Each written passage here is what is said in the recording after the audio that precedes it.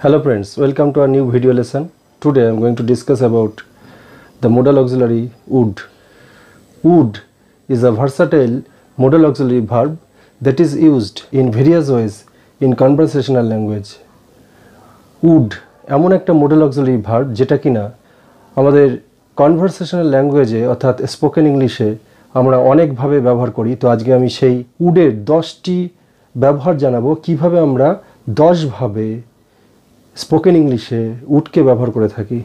তো ভিডিওটি অত্যন্ত ইন্টারেস্টিং হতে চলেছে, ভিডিওটি স্কিপ না করে পুরোটা দেখতে থাকো। তো শুরু করা যাক আজকের লেসন। তো বন্ধুরা বোর্ডটি লক্ষ্য করো, আমি এখানে উডের 10টি ব্যবহার লিখেছি, এক এক করে আমি আলোচনা করব। তো প্রথমটি হচ্ছে পাস্ট রিপিটেড অ্যাকশন। তো অতীতকালের নিয়মিত অভ্যাস বলতে আমরা অতীতে ধরো অনেক কাজ রেগুলার করে আসতাম, এখন আর করি না, এরকম বোঝাতে আমরা উড ব্যবহার করে থাকি এবং ইউজ টুও ব্যবহার করে থাকি। এর আগের ভিডিওগুলোতে তোমরা লক্ষ্য করবে যে আমি উড এবং ইউজ টুর মধ্যে কী পার্থক্য আলোচনা করেছি। তো আজ আমি জাস্ট ওভারঅল উডকে আমরা কেমনভাবে ব্যবহার করে থাকি, এই উডকে আমরা কেমনভাবে ব্যবহার করে থাকি সেটা নিয়ে আলোচনা করব। তো প্রথমটার একটা এক্সাম্পল দিচ্ছি, দেখো আমি এক একটা করে এক্সাম্পল দেবো এবং তোমরা অবশ্যই ডেসক্রিপশনে চলে যাবে, সেখানে ডিটেলসে তোমরা পেয়ে যাবে। তো বন্ধুরা প্রথমটার একটা এক্সাম্পল দেখো।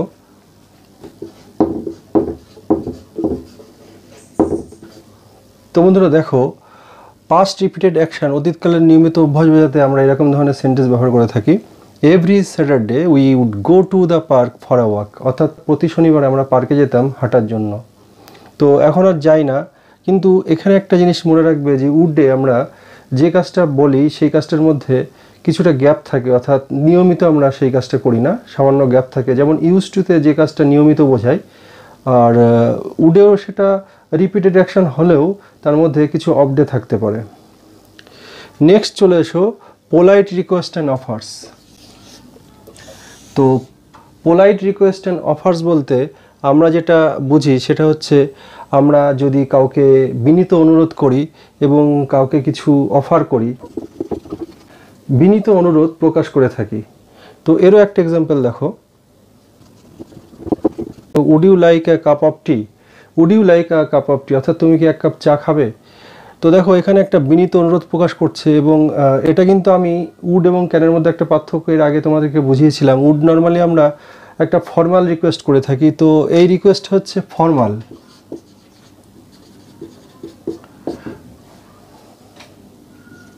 তো ফর্মাল বলতে যেটা আমরা বুঝি সেটা হচ্ছে আমরা যদি অচেনা কাউকে অথবা কোনো বয়োজ্যেষ্ঠ কাউকে যদি কিছু অফার করি, তাদেরকে আমি বলতে পারি যে আপনি কি এক কাপ চা খেতে চান, would you like cup of tea. এর আগে তোমরা শিখেছো যে ক্যান দিয়েও আমরা এই ধরনের সেন্টেন্স লিখতে পারি, কিন্তু নর্মালি আমরা can you like a cup of tea বলি না, আমরা বলি would you like a cup of tea. কিন্তু আমরা যদি বলি would you pass me the salt please, তো would you pass me the salt please এর পরিবর্তে আমরা কিন্তু can you pass me the salt please বলে থাকি, যেটা কিনা ইনফর্মাল, অর্থাৎ খুব নিয়ারেস্ট কাউকে আমরা ক্যান ব্যবহার করে থাকি। এবং আমরা ফর্মাল ক্ষেত্রে অর্থাৎ কোনো আমাদের থেকে এল্ডার যারা অথবা আমরা অচেনা কাউকে বলি would you pass me the salt please. তো এখানে পোলাইট রিকোয়েস্ট করা হচ্ছে। তো মনে রাখবে যে এখানে উডের পরিবর্তে আমরা ক্যান ব্যবহার করে থাকি এবং ক্যান কথাটা আমরা মোর ইনফর্মাল, অর্থাৎ আমরা যদি খুব নিয়ারেস্ট কাউকে বলি can you pass me the salt please বলে থাকি। এক্ষেত্রে তোমরা can you like a cup of tea এরকম বলবে না। তো নেক্সট দেখো ফিউচার ইন দ্য পাস্ট।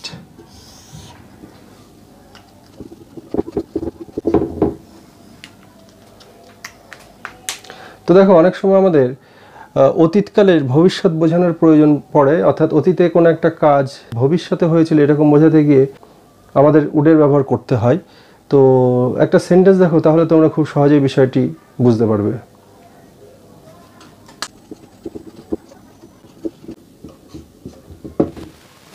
তো দেখো বন্ধুটি বলেছিল আমাদেরকে রেস্টুরেন্টে দেখা করবে, তো আমরা এইভাবে বলবো she said she would meet us at the restaurant.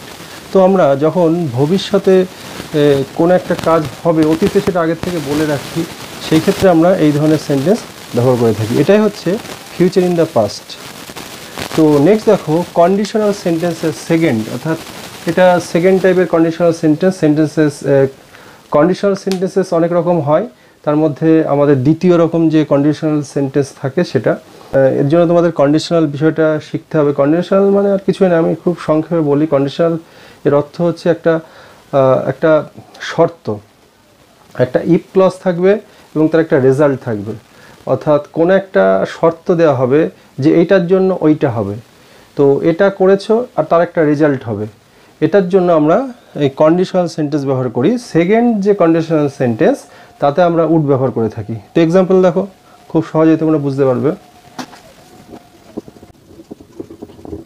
তো শর্ত বোঝাতে আমরা এই ধরনের সেন্টেন্স ব্যবহার করে থাকি। দেখো, if I won the lottery I would travel the world. এখানে কিন্তু মনে রাখবে যে এটাকে আমরা বলি হাইপোথেটিক্যাল, অর্থাৎ যে জিনিসটা অসম্ভব, যে জিনিসটা এখন হয়নি, তেমন ধরনের সেন্টেন্সকেই আমরা এই কন্ডিশনাল সেন্টেন্স রূপে ব্যবহার করে থাকি।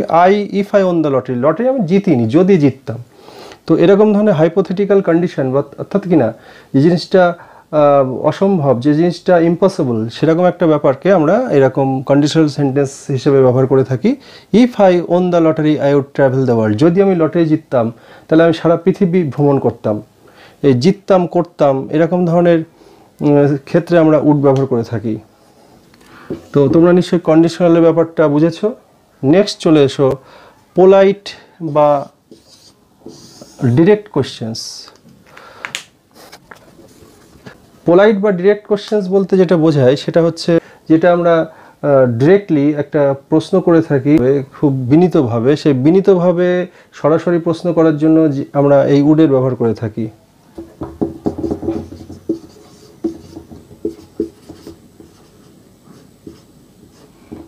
তো এরও একটা এক্সাম্পল দেখো, তোমরা খুব সহজে বুঝতে পারবে। আর বন্ধুরা, আরেকটা কথা মনে রাখবে, বিনীত প্রশ্ন করতে গেলে আমরা সবসময় যেটা আমরা করি সেটা উইলিং কিনা বা ইচ্ছুক কিনা সেটা জানতে চাই। তো বন্ধুরা মনে রাখবে যে এখানে যেরকম ফর্মাল ছিল, এরকম আমাদের এখানে উইলিং অর্থাৎ ইচ্ছুক কিনা সেরকম জানতে গিয়ে সেই প্রশ্ন করতে গিয়ে আমরা উডের ব্যবহার করে থাকি। তো একটা এক্সাম্পল দেখো। তো প্রশ্নটা হচ্ছে, would you be able to help me about this. এই বিষয়ে কি তুমি সাহায্য করতে পারো? এই যে would you be able to help me about this, এই ক্ষেত্রে আমরা এরকম উডের ব্যবহার করে থাকি এবং সেটা হচ্ছে polite direct questions. Number 6, expressing preferences. Expressing preferences এর অর্থ হচ্ছে আমাদের পছন্দ প্রকাশ করার জন্য, আমরা কি পছন্দ করি সেটা প্রকাশ করার জন্য আমরা এই ধরনের মডেল অক্সিলারি ব্যবহার করি। তো এটা এখানে লিখি, এটা উইলিং এর ব্যাপার ছিল, অর্থাৎ ইচ্ছুক, আর এটা হচ্ছে পছন্দ প্রকাশ। তো পছন্দ প্রকাশ করার জন্য আমরা কিভাবে উডের ব্যবহার করে থাকি তোমরা লক্ষ্য করো।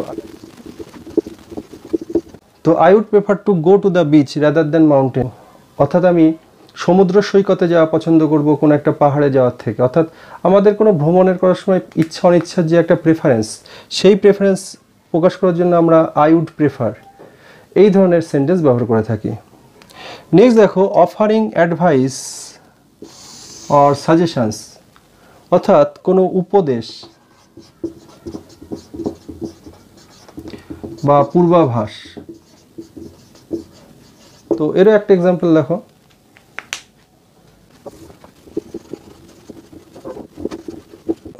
তো আমরা যখন উপদেশ দিই বা কোনো কিছু সাজেশন দিই, সেই ক্ষেত্রে আমরা এই ধরনের উডের ব্যবহার করে থাকি। কীভাবে দেখো, I would recommend reading the book, it's very interesting. তো আমরা কোনো কারণ দেখালাম, সেই কারণ দেখিয়ে বলছি যে আমি এই বইটা পড়তে বলবো। তুমি কাউকে বইটা পড়তে বলবে, তখন তুমি কি বলবে? I would recommend reading the book, it's very interesting. তো এই ক্ষেত্রে আমরা এই রেকমেন্ডেশন করার জন্য কোনো একটা অ্যাডভাইস দিচ্ছি, সেই ক্ষেত্রে উড ব্যবহার করতে পারি।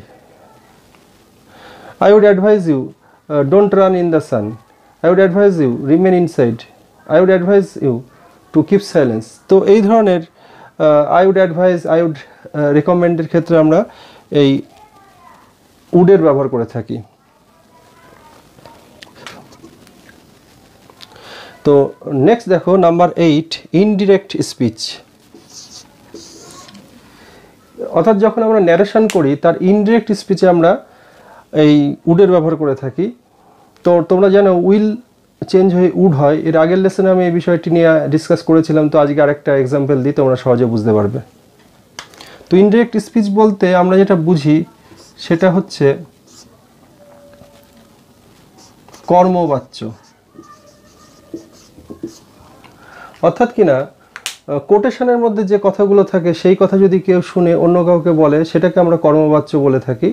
তো সেই ন্যারেশন করা, অর্থাৎ কেউ কিছু বলছে, সেটা দ্বিতীয় একজন ব্যক্তি যে শুনলো প্রথম ব্যক্তির কাছে, তৃতীয় ব্যক্তির কাছে গিয়ে সেই তৃতীয় ব্যক্তির কাছে গিয়ে সেই দ্বিতীয় ব্যক্তি যদি ওই কথাগুলো বলে থাকে সেটাই হচ্ছে ন্যারেশন। অর্থাৎ দুজন কথা হচ্ছে, প্রথমজন দ্বিতীয়জনকে কিছু বলছে, দ্বিতীয়জন যদি তৃতীয়জনকে গিয়ে প্রথমজনের কথা বলে, যেভাবে বলবে সেটাই হচ্ছে কিন্তু এই কর্মবাচ্য বা ইনডিরেক্ট স্পিচ। একটা এক্সাম্পল দেখো আমরা কিভাবে ইনডিরেক্ট স্পিচে উডের ব্যবহার করে থাকি।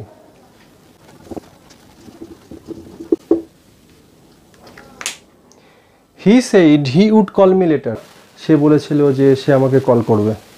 তো বন্ধুরা একটা বিষয় তোমাদেরকে বলে দিই, আমি এতক্ষণ যে সমস্ত এক্সাম্পল দিলাম সবগুলোকে তোমরা কন্ট্রাক্ট করে ফেলবে যখন তোমরা স্পোকেন ইংলিশে কথা বলবে, সবগুলোকে কন্ট্রাক্ট করবে। আরেকটা বিষয় লক্ষ্য করো, আমরা এখানে আগের দিনও বলেছিলাম যে দ্যাট এই লিঙ্কারটা ব্যবহার করি না, অর্থাৎ যখন স্পোকেন ইংলিশে কথা বলি তখন কিন্তু দ্যাট লিঙ্কার আমরা ব্যবহার করি না। এটা তোমরা মাথায় রাখবে যে আমরা যখন স্পোকেন ইংলিশে কিছু বলছি লিঙ্কার ব্যবহার করি না। আমরা যখন রাইটিং, অর্থাৎ আমরা একটা ন্যারেশন চেঞ্জ করছি, আমাদের গ্রামার করতে দিয়েছে, সেই ক্ষেত্রে আমাকে অবশ্যই দ্যাট লিখতে হবে। এটা কিন্তু তোমাদের যেন মনে থাকে। আর যেটা বলছিলাম যে হি উড, তোমরা সবসময় হি হিড এইভাবে বলবে। স্পোকেন ইংলিশে হি উড এইভাবে বলতে নেই, হিড এইভাবে বলতে হয়। তো যতগুলো আমি এক্সাম্পল দিয়েছি প্রত্যেকটাতে তোমরা হিড এরকম বলবে, আর্ড, হিড বা আর্ড। তো হিড বা আইউড এই বিষয়টা খেয়াল রাখবে। নেক্সট দেখো পোলাইট রিফিউজাল, অর্থাৎ খুব বিনম্র প্রত্যাখ্যান।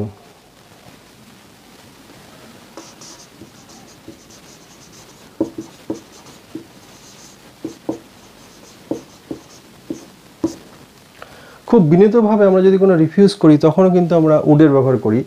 তো একটা এক্সাম্পল দেখো,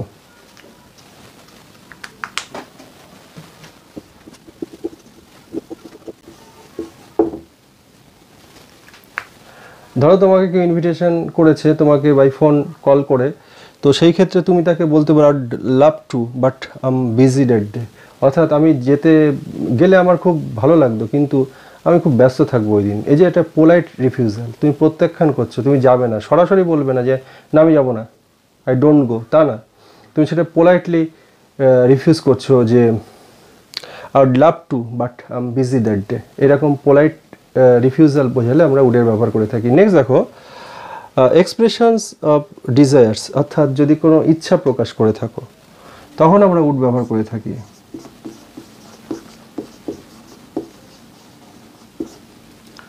তো ইচ্ছা প্রকাশের জন্য আমরা উড ব্যবহার করে থাকি কিভাবে দেখো,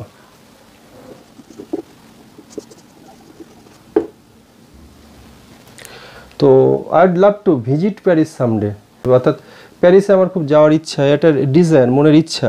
I'd love to visit Paris someday, একদিন আমি প্যারিসে যাব। তো একদিন আমি প্যারিসে যাব এরকম একটা ইচ্ছা, মনের ইচ্ছা, সেটাকে তোমরা এইভাবে বলতে পারো I'd love to visit Paris someday. তো নিশ্চয়ই তোমরা বুঝতে পারলে আমরা উডের কেমনভাবে ব্যবহার করে থাকি। তো নাম্বার 1 ছিল অতীতকালের নিয়মিত একটা অভ্যাস বোঝাতে আমরা ব্যবহার করে থাকি।